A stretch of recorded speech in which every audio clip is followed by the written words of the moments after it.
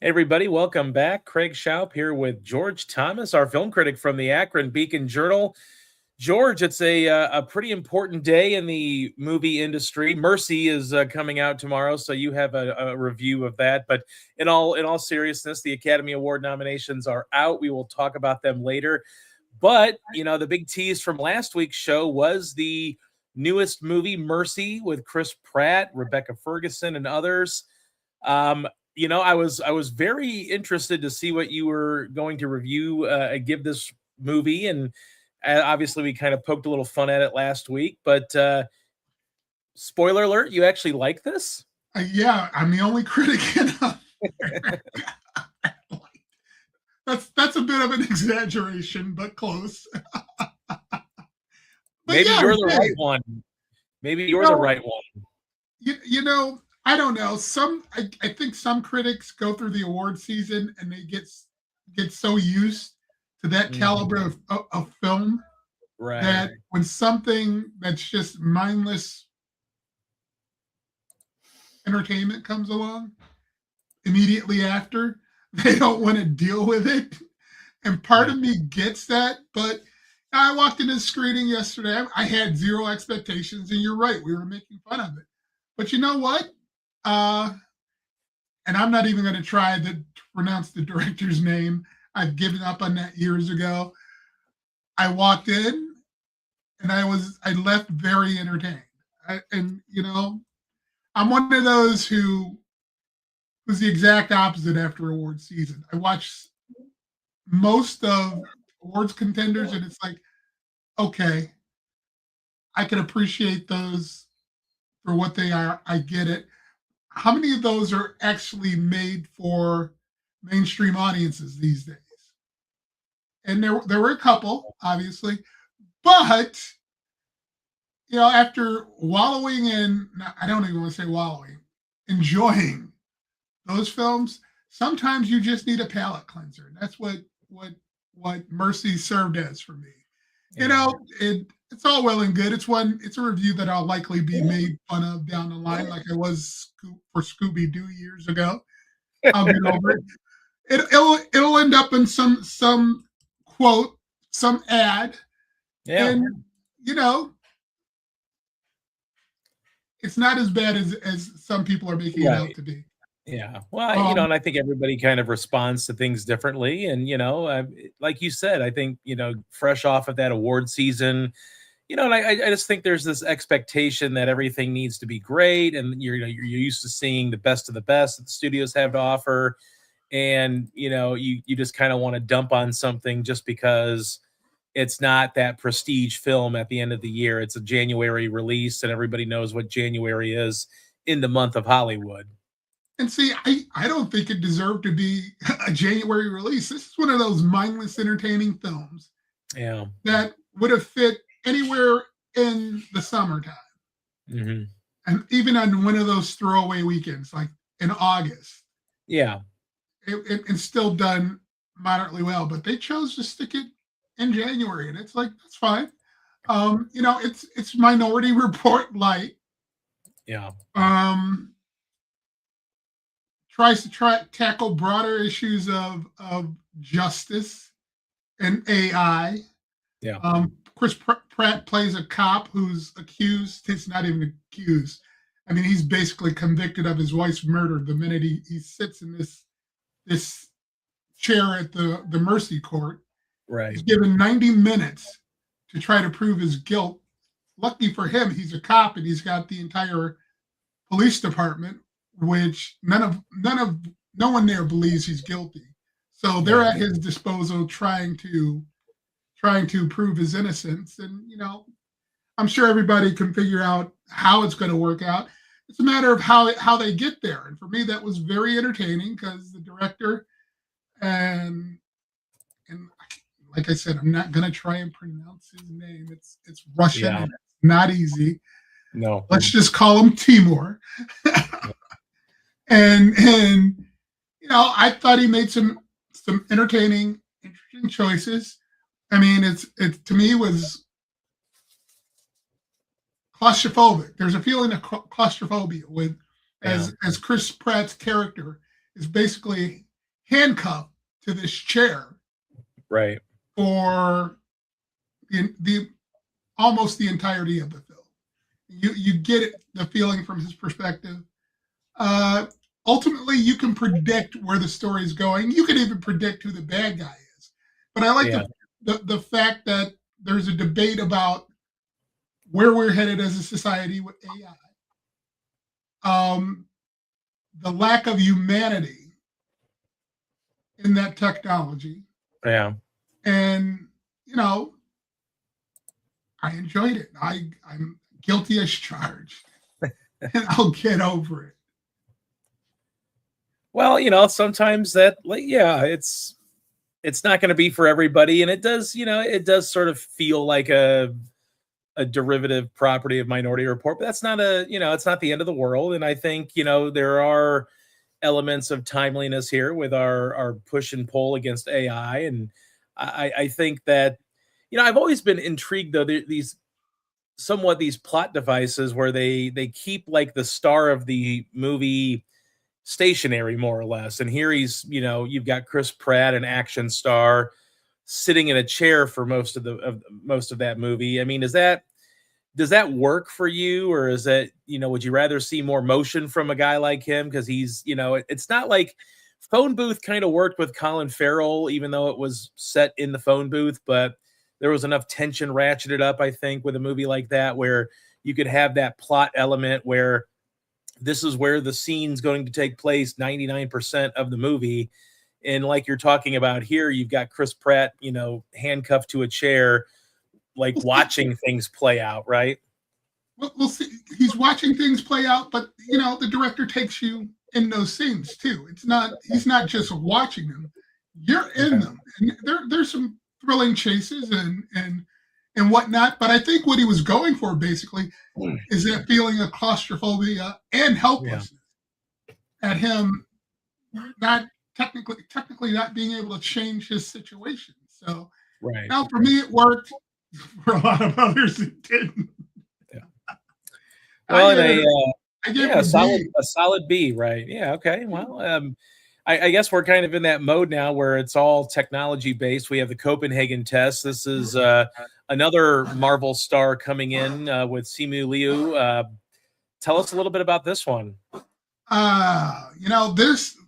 This makes smart use of technology in that Simu Liu plays a government operative who has is implanted with a Wi-Fi device that allows whoever's on the other end of this situation to track his movements, know who he's talking to, and all this stuff.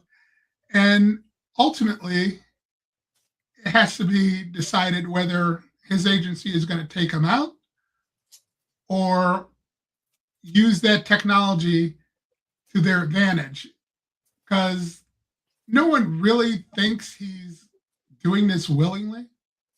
Mm-hmm. It's just a matter of whether he wants the agent wants to serve as a guinea pig, for lack of a better term.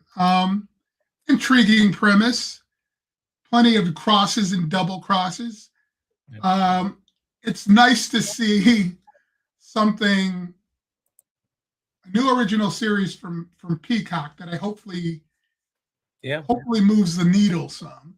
Well, they were trying. I mean, they were really going hardcore with the marketing on this. I remember, especially a lot of times during I think it literally had its premiere after a Sunday night football game. Like, they were really trying to hammer home the marketing on this to make sure people were aware that it existed. And like you said, maybe a lot of that's because they're trying to really ramp up some of their, original content on Peacock. Well, and he should be more mainstream, and I basically write that. You hear Simu Liu a lot. You hear his voice and stuff a lot. You don't see the face a lot. Okay. I'm sure he's well respected in the Asian community, but this is a guy who deserves, and I say this as an African American, there's still, the Asian community seems to be even behind where the African American community was Yeah. 10 to 15 years ago. You know what I mean? Yeah. And this I is know a what you guy mean. who can act, and he deserves to be seen in mainstream films. He was Yeah. good in Barbie. He played a very, very, very vapid Asian Ken. And, I lament the fact that we don't see him more. But, Yeah. Well, and and it seems like after Shang-Chi came out, he really, I mean, obviously, like you said, he had Barbie, but it's kind of been, not really a big push for him to be, sort of in that mainstream action hero, whatever it may be, or maybe it's part taking on better projects or, whatever it may be. But yeah, like you're right. He was very fun in Barbie as the antagonist Ken, and you're hoping that you see a little bit more from him. Now, obviously, he's going to get back into Avengers stuff coming up, but yeah, I mean, this is I definitely don't a think guy he's that in, has but I don't think he's in Doomsday. Doomsday though. well, and IMDb it does say that he has a credit for an Okay. acting credit for Doomsday. Now, it Well, also has like another Shang-Chi movie, which I don't know that they're really going into Shang-Chi sequel territory just yet, but it is in pre-production apparently, according to IMDb. So who knows? yeah, there's somebody huge who's not in Doomsday that I don't know. Maybe it's because I wrote the review that his name stuck with me, Yeah. but um, my mistake. Well, is the Copenhagen again? This is another one of these. I'm assuming maybe limited series, but I think there's wiggle room for it to maybe be a multi-season series. Is this worth people's time? Oh, absolutely. And with a spy series, there's always the opportunity for a second season. Absolutely. Always. All right. Well, and obviously, the big news of the day, Oscar nominations came down. The one thing that stood out to me the most was thinking how front loaded it was with certain films. We had what, 5 films that generated 9 or more Oscar nominations. And then, of course, you can't forget Sinners scoring the most nominations of all time, which is crazy to think, because I mean that's a 16 nominations, and of course shattering the previous record tied with many films with 14. But it's been what, since La La Land, since we had a 14 nominated film. I know Oppenheimer was close, but it kind of missed out a little bit there. And it's great to see that Sinners was nominated so much, but I also look at it like, are people going to come back and say, now, see, it's not that great of a film because it might only win 1 or 2 Oscars? What say you about Sinners breaking the all-time nomination record? I'm I'm always happy to see that when the Academy has a long memory. Yeah. Oh, yeah. April. Because I can't. Sinners came out in what? April or April. March? Yeah. April. Yep. Now, to my recollection, the whenever I'm talking about an early release being nominated for Oscars, I think Saving Private Ryan, because it eventually would go on and win Best Picture. Mm-hmm. I Silence can't. of the Lambs was a February release. Fair enough. Yeah. And it's nice to see that they have a long memory. Yeah. It's nice to see that Ryan Coogler is finally, and let's face it, this is a huge feather in his cap. Yes. Because only elite directors in their films get these kind of nomination numbers. Yes. You're right. He'll probably only win 2, and that's on the Academy. Or there are times I've given up trying to predict what the Academy will do, because sometimes they throw you a curve and then you realize the momentum is swinging in another direction. That is true. I'm resisting the urge to play the black card here. You see what I'm saying? Yeah. Because to me, Coogler has always just been an excellent filmmaker. It's a definite milestone. It's a moment of cultural pride for the Black community. Whether it finds that momentum remains to be seen, but Yeah, if you're a fan of horror, you have to be happy with this. that's true. Yeah, it's something that maybe is lost sight of because of how genre splicing this movie was. But yeah, it is that genre movie at its core in that final hour. And I mean, it's a vampire movie. It's an elevated From Dusk Till Dawn type movie, and it's scoring 16 nominations. That is a milestone in that the genre community. Yeah, and I don't. I'm just like you. I'm surprised not a lot of people recognize that because they're focused on the other thing. Right. And it's like this was just a fantastic horror movie, and horror finally gets the recognition. Yep. Gets some recognition. I'm not going to say Yeah. there are elite horror films. There Right. are.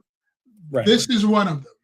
There haven't been a lot of them that I've ever watched. Right. And I make a mistake by wallowing in Reddit too often and reading the assorted awards related subreddits there, and it's like there have been people screaming about the lack of horror recognition in awards films in those subreddits for as long as I've been on the platform, and it's like, right. And the ones they mention, it's like it's garbage.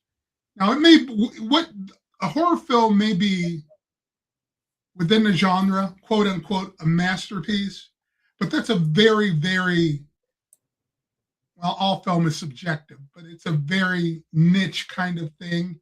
Oh, yeah. And if you're doing horror in an intelligent way, like Sinners did, as opposed to just a hack and slash kind of way. I mean, one of the best horror films I've ever seen, and I doubt if you've seen it. Sometimes you surprise me. Is a George C. Scott film called The Changeling. I have not. No. Good old fashioned ghost story. Yeah. There's another one from the early '80s called Ghost Story that had its share of gore, but it was a good old fashioned ghost story. And when I think horror, I think films like that. Yeah. And intelligent, well done, great script, great performances, and you don't see a ton of that in horror films. I'm sorry. Right. That's just my perception. Anybody out there feel free to disagree with me. Email me, tell me I'm an idiot, whatever. Yeah. But Sinners has elevated the genre. Yeah, absolutely. In that it explored relevant themes of today. It had a relatively complex narrative. It had a tremendous dual role performance from Michael B. Jordan. Yes. The music is phenomenal. And if best song is lost to that K-pop Demon Hunters, I may pull out the stubbles of hair I have with tweezers. Yeah, it's probably trending that way, my friend. But yeah, I know what you mean. That music is so. I mean, it's one of those movies where, as I reflect more on it, I really appreciate what Coogler does there. What his collaboration with Ludwig Göransson, with his collaboration with Michael B. Jordan, and just the ensemble cast that is present, really getting their flowers during this Oscar season to push them into that 16 Oscar plateau. But this is a movie that really, like you said, it people had a long memory of it, which is not usually the case for the Academy. And the fact that they did and this was a good year for film. So I think the fact that they did is a testament to how much staying power that movie has. And then also the longevity that it will have on our society. And I think when you look at that, One Battle After Another, two movies that were very timely and very in the now, just really are going to be thought of years and years and years from now because they're going to have that staying power. And it's not just that, but they're films. There are plenty of films with staying power that you rarely watch again. Mhm. Schindler's List is a masterpiece. I watch it maybe, and I own a copy every other year. Yeah. Both those films, Sinners and One Battle After Another, are eminently rewatchable. They very much so. Yeah. Well, yeah. Yeah. And I'm talking 4 or 5 times a year. Just they're mood things because they're that good. They're Right. that entertaining, and they're that rare film that has something to say and just entertains the hell out of it. Both Yeah. of them. Well, and if not for Sinners, I mean, One Battle After Another, 13 nominations, just one shy of tying the former record. Frankenstein with 9, Marty Supreme with 9. Sentimental Value kind of came in with a late surge, getting 9. Hamnet had 8. So very top heavy, it seemed, with a lot of these nominations, going out to a handful of films. Obviously, there's always going to be surprises, snubs. What did you make of any? I mean, I know we kind of talked about it when they first came out of a potential snub, a complete snub, actually. But what were some of the surprises or snubs that you thought just kind of stood out to you? Anybody out there who read my Wicked for Good review when I called it a hot mess, and anybody I argue with Reddit on Reddit, you don't know who I am, but I made my opinion known. I'm not going to say I feel vindicated, but I'm not surprised that Wicked for Good just got totally shut out because that second film was a hot mess, and they didn't even bother recognizing Paul Tazewell.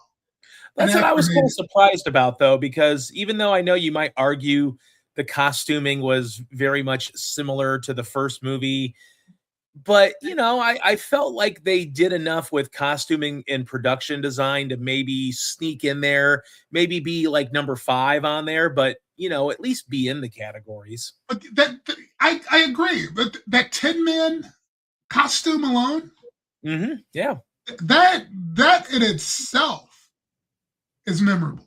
Yeah, might be the most memorable part. And I found it weird, if I'm not mistaken, and I don't want to, speak out of turn on this, but Avatar got a costume nomination. How do you do that? And I'm thinking, how is that possible when everything was mocapped?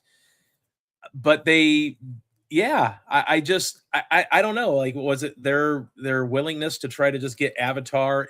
But yeah, it's in costume design. And I don't know why it made that list.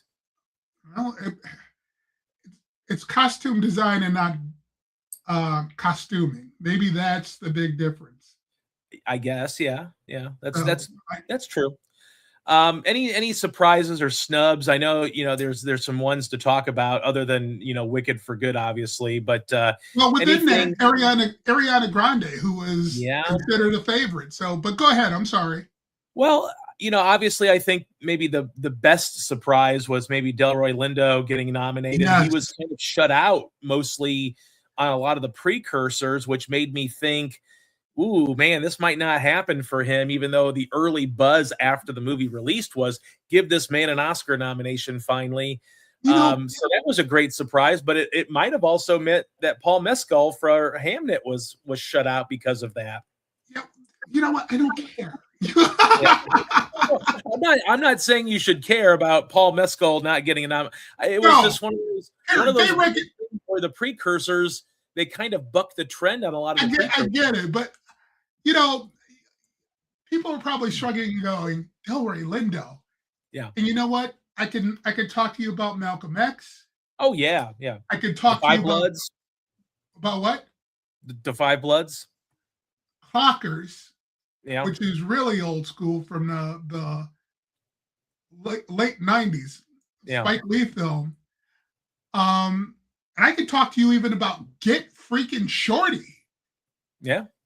And this is a man who's had as a character actor, he's had a long and distinguished career. Absolutely. And I'm glad he's in this category. I'm very much glad he's I am. And you know what?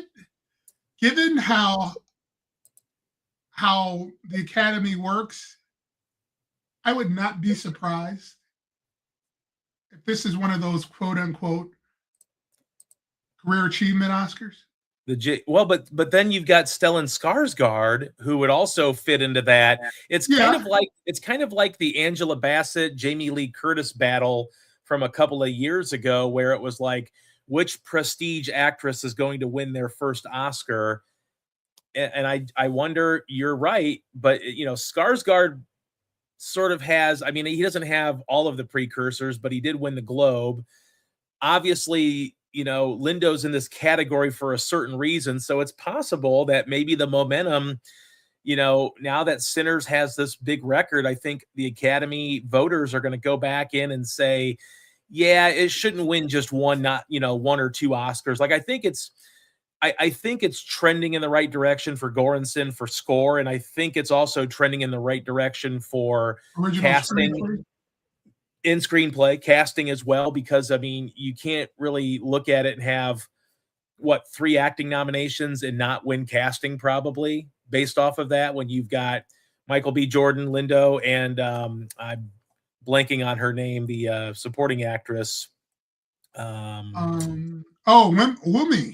Woman, yeah. I Yeah. So I think you're setting yourself up, or maybe it might win 3, which if it wins those 3, those are 3 pretty prestigious awards to win. So, see, you talk 3 out of about that 6 cast. ain't You, bad. you talk about that casting Oscar, and it's a new one. One battle after another has 4 acting nominations. Yeah. Yeah, that's going to be a battle. That literally, no pun intended there. No, but that's wait, it's gonna got is it 4 or 5? It's 4. Well, it's got Penn Del Toro, Tiana Taylor, and DiCaprio. Chase it's 4. Infinity did not squeeze into the best actress No, category. they entered her in the wrong category. That's why. Maybe they were They looking at probably, I think the sentiment though that they did that so they could maybe let Tiana Taylor be exactly. They didn't want to split that vote. Yeah, and I think that honestly that probably will work in their favor, because I think Taylor will probably win that category. I guess the big Infinity replacement would probably been Kate Hudson, right? Although if Hudson doesn't get in, maybe you go to like Jennifer Lawrence for Die My Love, or maybe you go for Amanda Seyfried in The Testament of Anne Lee. So there's other people that could have squeezed Chase Infinity out of there, but I thought, she's trending in the right direction with some of these precursors. So I thought it might happen for her, but she didn't have as much screen time as maybe most lead actresses might in, terms of the bulk of a movie. And even though she was very memorable, she probably was not in the right category. But I think the overarching thing for her is that her time will come probably in the future, because she did show a lot of talent.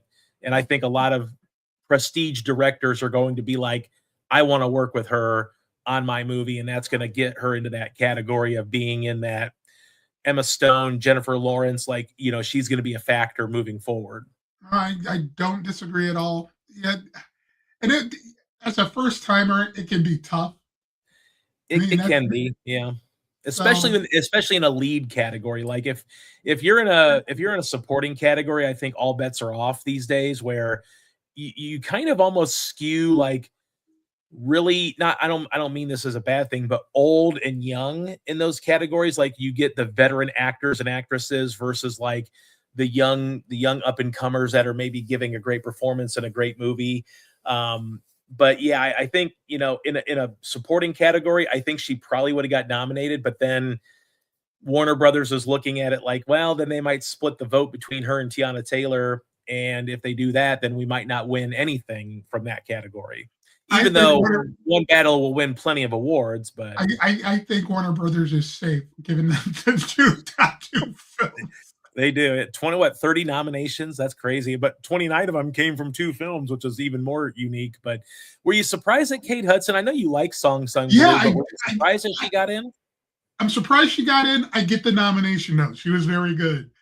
She was tremendous, and I like the movie. I love the performance, and it made me remember why Kate Hudson was once the darling of film. And we're going back. Yeah.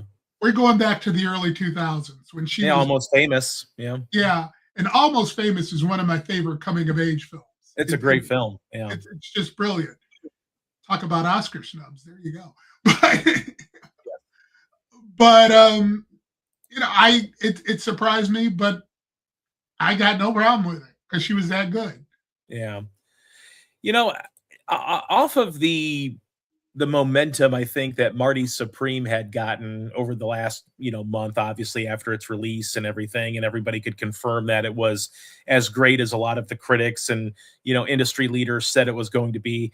I was kind of hoping maybe sneaking in there Odessa Azion with her, performance, opposite Timothy Chalamet, maybe could get into supporting category, but I think she just kind of got squeezed out, and that happens. But I was, I think the momentum was kind of trending in the right direction. I think she got an actor award nomination, but maybe her time will come too. But that was probably another one of those acting snubs that it's like you just throw it up in the air and you can just pick what name you want and that person could fit into the category. I mean, she did a hell of a job playing against the chaotic Timothy Chalamet.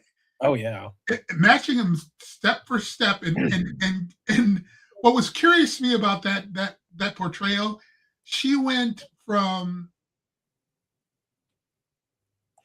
I don't want to say mild mannered, but by the end of the film, she really ramps it up to match his energy. You know what I mean? yeah. She's kind of, yeah. She's a little bit weaker, a little bit passive, and then all of a sudden when it's like, she becomes part of the hustle in Yeah. Marty Supreme. Like Marty's always on the hustle because he's trying to make things better for himself, and she's kind of in the shadows of that for most of the movie. But then she kind of realizes like this is her chance to get to where she wants to get to, and then she kind of comes out of her shell a little bit. That it was a really good performance, and I think that who are you going to squeeze out? Elle Fanning, maybe. I don't know. Masaku. Somebody would have had to go, and then you would have to be like, well, they could have been in. So it's really like just throw it up there, and whoever falls first is going to get nominated. And it could be, outside of maybe Tiana Taylor, you could have argued for anybody to be interchangeable with anybody else. Yeah. No argument for me. What about directing? Directing was sort of everybody was kind of wondering what was going to happen. I think we knew Coogler, PTA, Safdie, and Chloe Zhao, but then, sentimental value has just been creeping up. It has, and I was surprised because Frankenstein also was creeping up, and of course, this means Guillermo del Toro did not make it in because Trier made it in. How many nominations is this? This is where it gets political. How many nominations has he had for best? And he does have a screenplay and best picture nomination, so his name is fully in the Oscars, even though del Toro did not get into the best director category. And he deserved to be there because he made the definitive version of Frankenstein, as far as I'm concerned. Mm-hmm. It had everything, the look, the terror. There was really terror there. Yeah. And it was emotional and true to that 1931 classic. Was it? What year did the Universal classic come out? I believe 31, maybe 30. Yeah, it had the spirit of that one, and that's yet was wholly original. And that's difficult to pull off. Right. So he deserved to be in Best Director. It's just you only have 5, and he's got some hardware already. So he does, yeah. Even though his hardware for The Shape of Water should have been hardware for Pan's Labyrinth, but that happens in Hollywood basically every year. Everybody wins something for something that they should have won, that they lost for 10 years ago or whatever. But that happens. Is there a one thing, one movie, one performance, one costume design, whatever it may be, that you thought should have been nominated that didn't squeeze in? You know what? If Delroy Lindo had not, that would have been it. Yeah. Since he did, I can't claim that. Yeah. Kevin Leary. And okay. And Marty Supreme. For a Yeah. financial guy, and I think that was his first film, he Yeah. was like, "All He right, was he was pretty ruthless as an antagonist there. Yeah. wonder where you got that from," but never mind. Yes. But I wouldn't have minded seeing his name on that list. Yeah. That was a tough category. That was just one of those categories where, because there was a lot of early buzz, months and months ago for Adam Sandler, and obviously he didn't make it. Paul Mescal didn't make it. So there's a lot of, talent on the cutting room floor that I think it would have had to have been just a transformative performance from Leary for him to score a nomination his first time out, and obviously a lot was talked about with like Dwayne Johnson not getting a best actor nomination because, well, he gave his best performance ever in The Smashing Machine. Well, some people will say, so what? Do it again, and then we'll nominate you. And that's exactly it. They the voters, they want to see him do that again. Yeah. And that's akin to them saying, okay, you showed us something. What are you going to do now? And he's proven that and he's proven he can be there. And maybe that, he's going to be in a Scorsese movie here in a few years, possibly. So, I mean, obviously there's a lot of people that you only get so many spots. It's, that's why I kind of still prefer Best Picture to be 5, only because, everything else is 5 and you kind of water down the most prestigious picture with having 10 slots. Whereas you don't want to go to 10 directors, you don't want to go to 10 actors, supporting, screenplays, whatever, and so forth. So is there a happy medium between maybe going to 7 in each category for sure, and then 10 Best Picture, or you stay at 5? No, I think 10 is fine. You want to know why? Because they're trying to match AFI in the National Board of Review. And I think that's what it is. Yeah, but AFI, this is like I'm not, discrediting AFI. I think AFI is fine, but they put like Wicked for Good and Avatar on there only because they have to, right? Like, oh well, we got to put, 2 of the bigger movies released this year on there, right? I mean, there's no real rhyme or reason to having Avatar or Wicked for Good on their AFI definitive top 10 list of American movies. I guess you have to acknowledge entertainment. I mean, entertainment value in this case. I mean, F1 made best picture. Well, the Oscars kind of didn't they, with putting, F1 Oh yeah, in their top 10. I mean, they put, F1's, secured a spot there. I mean, I don't know. I'm again not discrediting AFI or anything like that. It's just, I think sometimes they sort of buck the trends too. Like they had Jay Kelly in their top 10. Jay Kelly didn't even get a single nomination, despite having a lot of awards prestige involvement with, Noah Baumbach and George Clooney and others. It didn't even score anything, not even a screenplay, and that's like the sweet spot for Hollywood. That's a movie about movies, right? A movie about an actor and about the movie making industry. And usually those movies just, the Academy fawns over those. Yeah. You asked for surprise. You know what? You and I both decried the fact that Disney basically ignored Elio. And I didn't get up to watch the nominations because 5:30 is a bit. Yeah. Well, that was 5:30 Pacific, so never mind. I was up at 8:30, but I had other stuff to do. But I look at the nominations like Elio, very good, and I was happily surprised with that because Disney treated it like the redheaded stepchild. And they did. And it's nice to see that there was some vindication there. Yeah. Really was.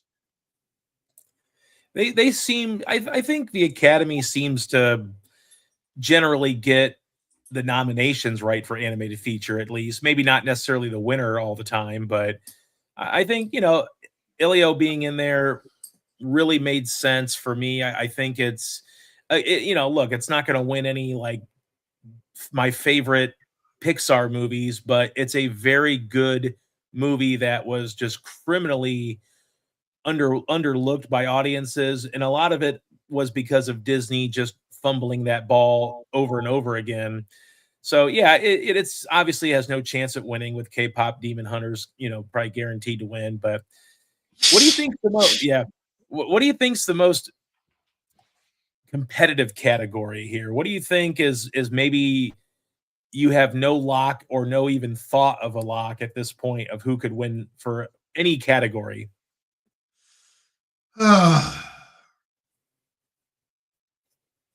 Probably supporting actor. I was going to say that too, because it on the surface, I think after watching the movie, I would have said Sean Penn is all. I'm all in on Sean Penn for One Battle After Another. I understand the Benicio del Toro love because I love Benicio del Toro and he's hilarious and he's very memorable in that movie, even in his short. Two very different performances. Oh, yeah. It was so funny. Someone I don't remember who, because I had to quickly just wash it from my mind, but someone wrote like Sean Penn was too evil to win an Oscar for that performance. And I'm like, have you never seen like Inglourious Bastards or No Country for Old Men or Silence of the Lambs? Like these characters usually win those awards. Schindler's List. Like they usually win those acting categories when they're just the seediest of seedy people. And I'm thinking, who thinks of this stuff and thinks, oh, he's too evil? Like, no, that's usually who wins these awards because they get the juiciest roles. But and then Stellan Skarsgård, though, it's going to be an interesting category. See, Sean Penn is known for being grumpy. He's not known for being overtly evil. He punched a photographer or two in his younger years. Yeah. I mean, I think his performance, obviously Del Toro's won some of the precursors, and then, Skarsgård obviously has now too. I just wonder, but then like you mentioned earlier, Delroy Lindo, maybe he's going to be that betting favorite now that the nominees are out and people are like, yeah, maybe we should just give it to him because it's his time, or whatever it may be. Everybody with the exception, obviously Skarsgård and Lindo and Elordi don't have Oscars, but you could maybe say, well, Sean Penn already has two, and Del Toro has, or Benicio del Toro has one. Do you really need to like dip back into that pool? But sometimes I've always hated that politicking about the Academy, where it's like, well, this person's already won one. We don't need to win 12, so let's just have him win the one, and that's it. Like, you just got to award the best performance, in this case, the best supporting performance. And if you think that Sean Penn or Del Toro, then go for it. Well, and I completely, totally agree. I mean, Al Pacino should have probably had 2 or 3 Oscars prior to A Scent of a Woman. And I say that partially because of the politicking. Yeah. And I think that was a makeup award. And that award cost Denzel Washington. Yeah. Who gave the performance of the year that year with Malcolm X. Yeah. And as gracious as he was, Denzel said in more than one interview that if anyone except Pacino had won, he would have been a bit pissed. I get that. I get that. Yeah.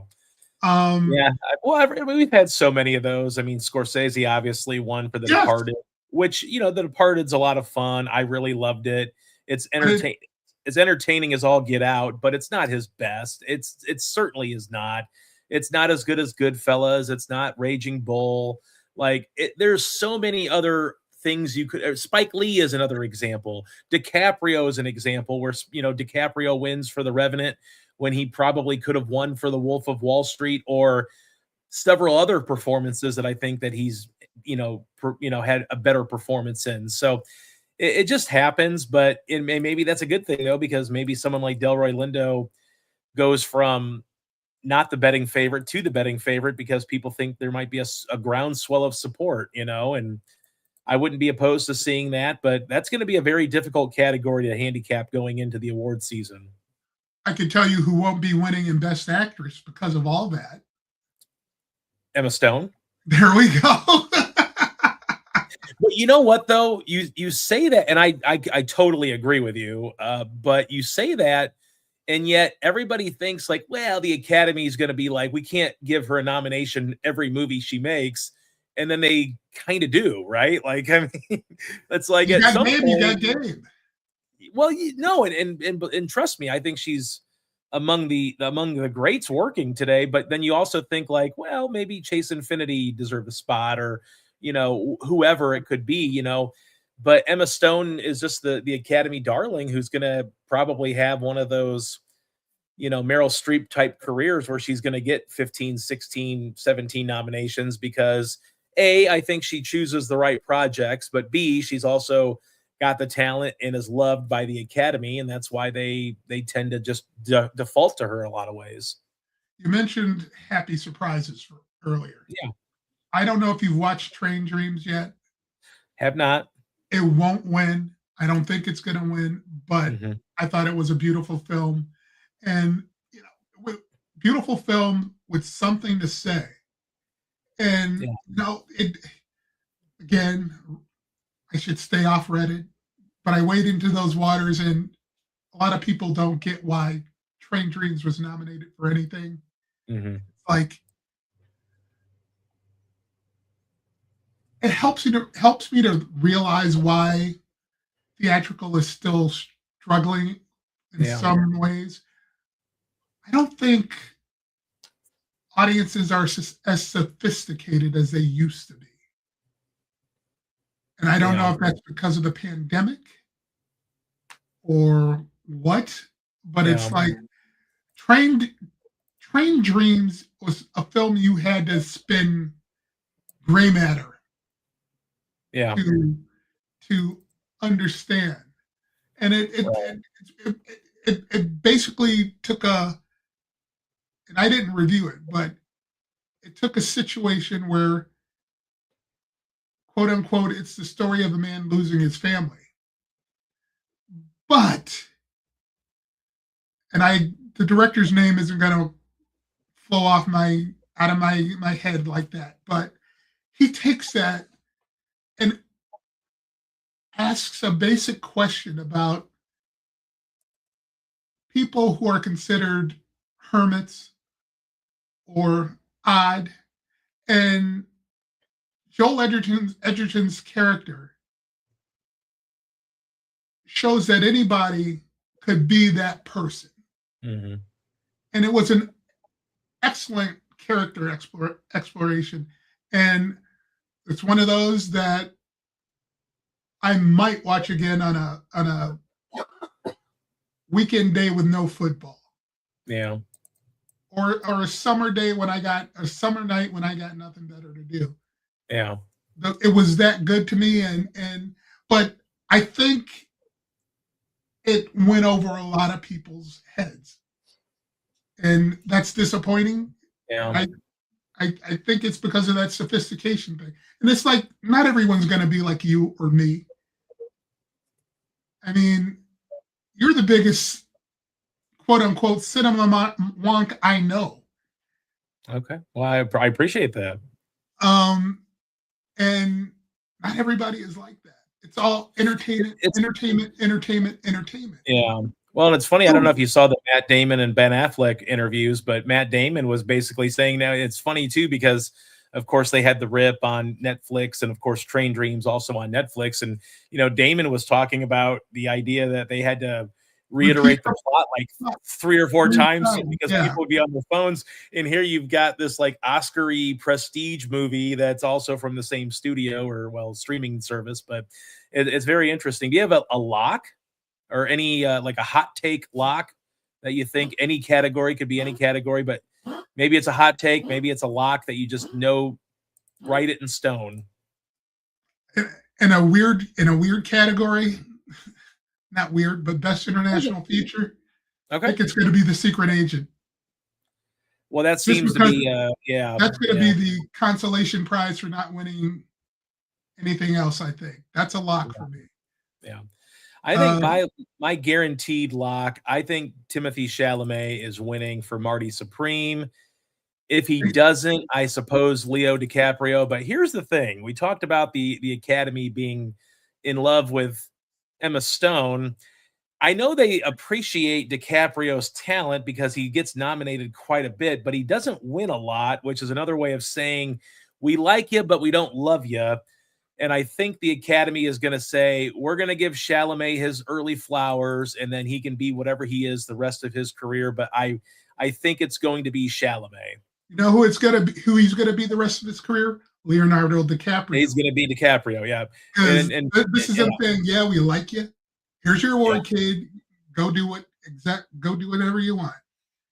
But the thing is with him, and like we talked about with him and Austin Butler, Michael B. Jordan, like these people do not take just random throwaway genre movies, whatever it may be, skate by, get your $20 million freight and just make some crappy movie. Like these three actors are like in it and they're making wise decisions like DiCaprio did as a young actor. And that's going to parlay them into multiple Oscar nominations for all three of those men as they move forward in their career. You know what DiCaprio was absolutely fantastic in? Gangs of New York. He was. It's not my favorite Scorsese, but I get it. Like its production design's great. It's gritty. It feels like on the streets, like you feel the production design and everything, but not my favorite, like especially not rewatchability wise from Scorsese, but I know what you mean. It is a very handsomely produced movie. And his performance is right there. And it is, yeah. So is Daniel Day-Lewis's. Oh, Daniel Day-Lewis. Yeah. Speaking of multiple Oscar nominees. Multiple Oscar wins. I mean, an all-timer. And he isn't, I mean, he obviously was in his son's film last year, but a guy that's taken a back seat in his career and just retired. But I mean, he's an all-timer. But yeah, I mean, that's what I see with people like Chalamet and Michael B. Jordan and Butler, like three people that are just, I don't always like to use the word method actor because it always gets a negative connotation. And I think rightfully so at times it can, especially if you're like Jared Leto, sending used condoms to Margot Robbie on the set of Suicide Squad is weird.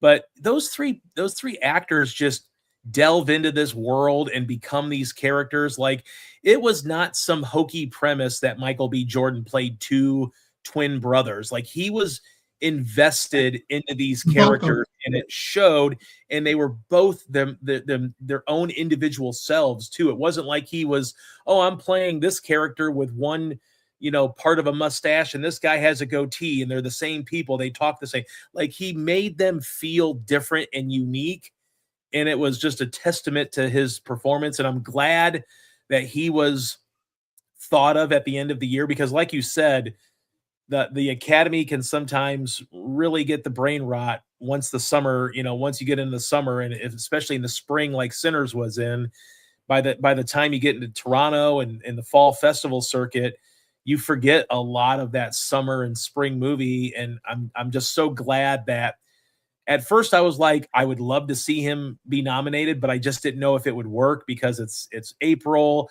There's going to be so many other great performances that come out. It's going to be hard to like carry that over. And stupid me not thinking, this guy dominated this movie. He was that movie and he deserved all the flowers. And honestly, if I could pick like a winner outside of Chalamet or DiCaprio, obviously be him. And I know that you're like, well, he's third out of fifth, but that's just a testament to those other two performances being so great. Like I think it's one of DiCaprio's best performances ever.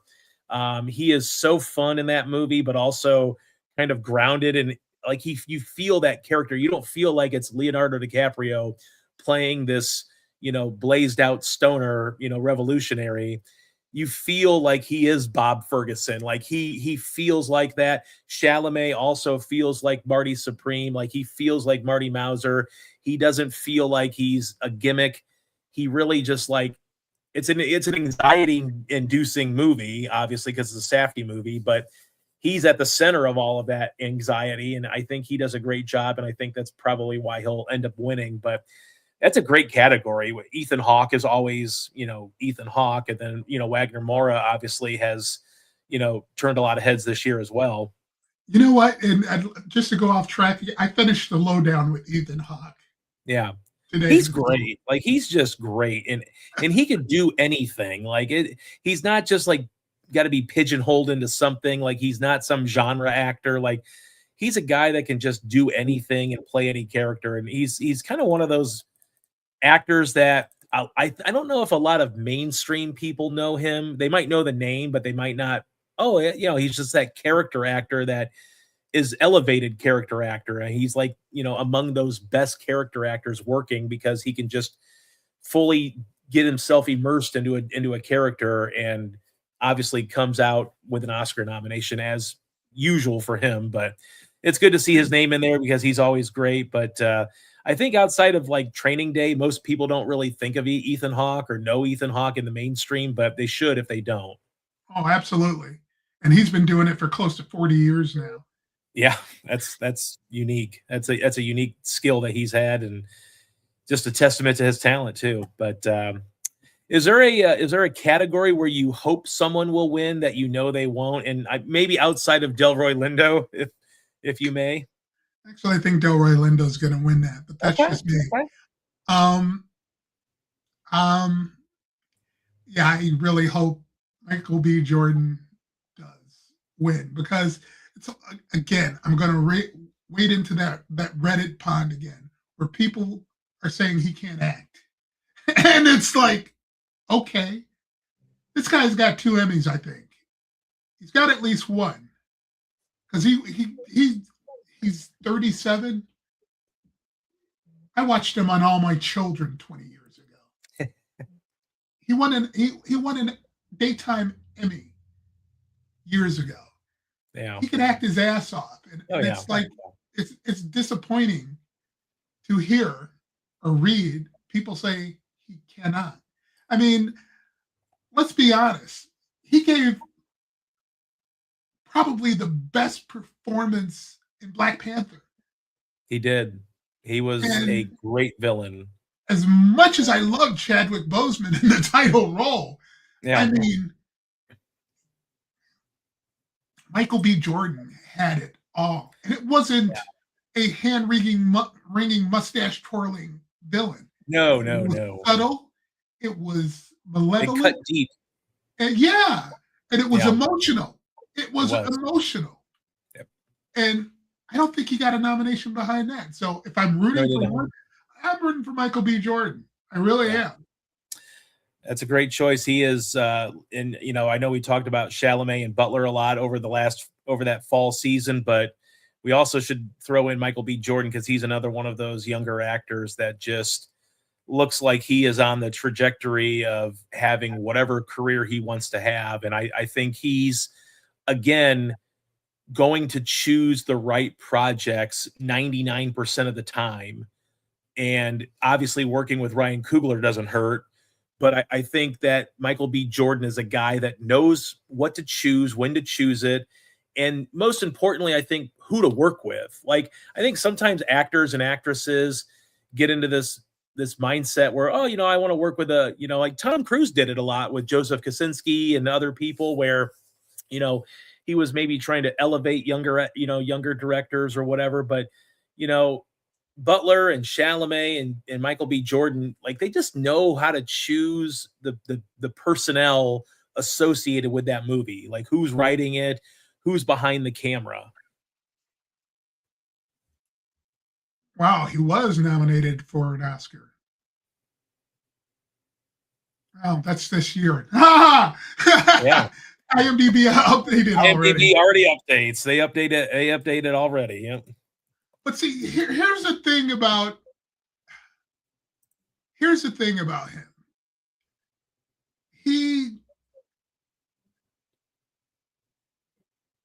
He's more Denzel, and Chadwick Boseman would have been this way. He's more Denzel than Wesley Snipes, if you know what I mean. Yeah. What you said about choosing projects, absolutely correct. He seems to be in it for the art. Yes. More than anything. A nice paycheck is nice, but he seems to be in it for the art. and he's going to Right. continue to choose his roles correctly for the very reason you said. Well, and even if the paychecks are nice, I got to pay the mortgage kind of thing. Look at who he's choosing to work with. You know, he does Black Panther. He's doing Miami Vice. You know, he's working with people that, whether it's the directing team or the writing staff, like he's understanding the assignment of who to work with.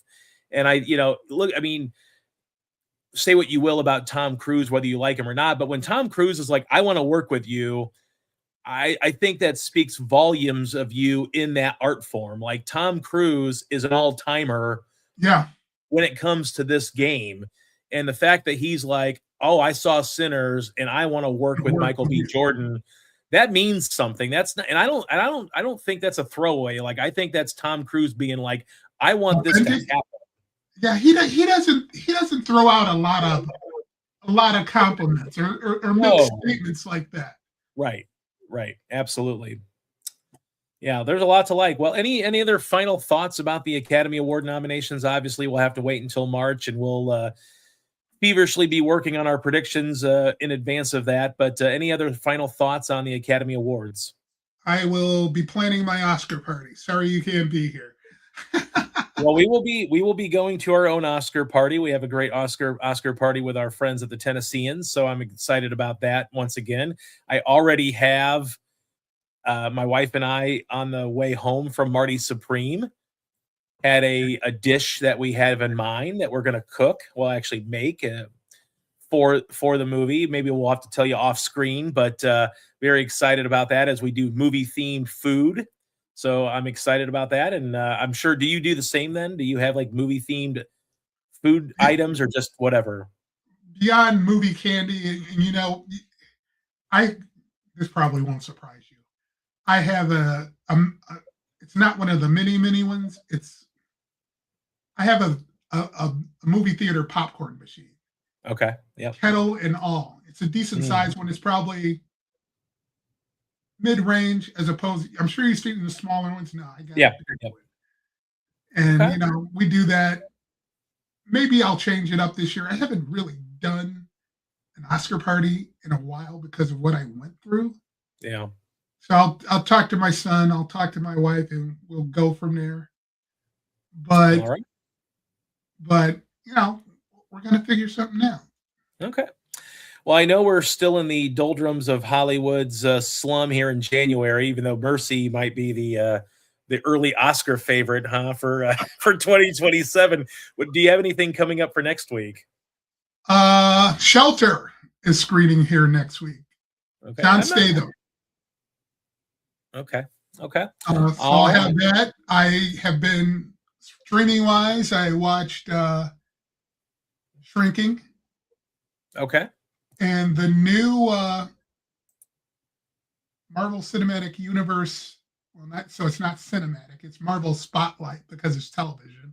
Okay. TV series Wonder Man. I've got a couple episodes left in that to get to tomorrow. Oh, yeah, I'm very interested about that. Yeah. I'll talk to you off screen. Okay. The reason why I'm interested in that is because for whatever reason or another, I don't think he's become as big of a star as he should, but Yahya Abdul-Mateen II, he was in Watchmen on the HBO series Watchmen, and I thought he was fantastic. Obviously, there's another he one. was also Aquaman, even though I didn't care for Aquaman, but he was Mantis and Aquaman. But I always thought that guy had some leading man abilities that just weren't unlocked yet. I agree, and I think he's doing what Michael B. Jordan did and what Chadwick Boseman was doing. I think he's just being picky about his roles and knowing when to take his swings. And it's like, I get it. It's called playing the long game, and it's like, I mean, nothing wrong with that. So there's that, and there's Shrinking. Okay. Love Shrinking. All right. Sounds great. Well, as always, George, we appreciate your time. You can read everything that George writes at beaconjournal.com. You can watch his reviews of movies that he decides to record reviews for, which are always fun. George, we hope that you have fun streaming. And if you get out to the theater, we hope you have a safe travel and a fun time. I'm gonna try, but there's a big snow. You're getting snow this weekend, We aren't are you? going to get like snowpocalypse up down here in Middle Tennessee, so there's a lot So of what? fear. That's an inch. That's an inch, right? Well, actually, we could get as much. Initially, when I looked at the phone, it was supposed to be like 15 inches. That was a couple of days ago. Now it's going to be closer to like maybe 6 with In some Middle ice. Tennessee, you guys don't We know are what going you're. to. We went to the store today, and there was not a lot of selection of bread and milk and eggs. That's for sure. So everybody's readying for the apocalypse. So I'm sorry, Southerners don't know what to do with that kind of snow. We don't know. They don't know what to do with like a dusting of snow, George. So yeah, this is going to be very interesting. Probably a lot of people not knowing how to drive and a lot of cars in ditches, I would imagine. It's hilarious. The year I lived in Alabama, we got like quarter of an inch of snow, Yeah. and there was a snow day. Yeah. Oh yeah. Oh yeah. They're already talking about like cancellations because I mean it's going to last until like Sunday night and everything. But yeah, they're already talking cancellations for early next week, and of course, we're going to be in a little bit of a cold spell too. So it's not going to be one of those classic. Oh, it snowed in Tennessee, and then the next day it's like 55 and it melts everything, and you forgot that it snowed. We're actually going to probably see the snow on the ground for a few days, but we'll get by. I think this will give us a great opportunity. I've already talked to my wife about maybe doing some movies this weekend, staying in and not going anywhere and just watching some movies, trying to catch up on some things. We are the proud owners of Netflix now, not owning the actual streaming site, although that'd be great for the pocketbook. But we do have Netflix now, so there are some movies that I'd like to get on the docket for us. Which ones? Just Train Dreams for both of us, and I think she would be okay with that. I'm still trying to maybe see about Frankenstein, although I don't think that's going to go with her. But if I have to, I'll watch it on my own. But I'm trying to coax her into Frankenstein. But not a lot of gore in that one. Do Not it! Do it!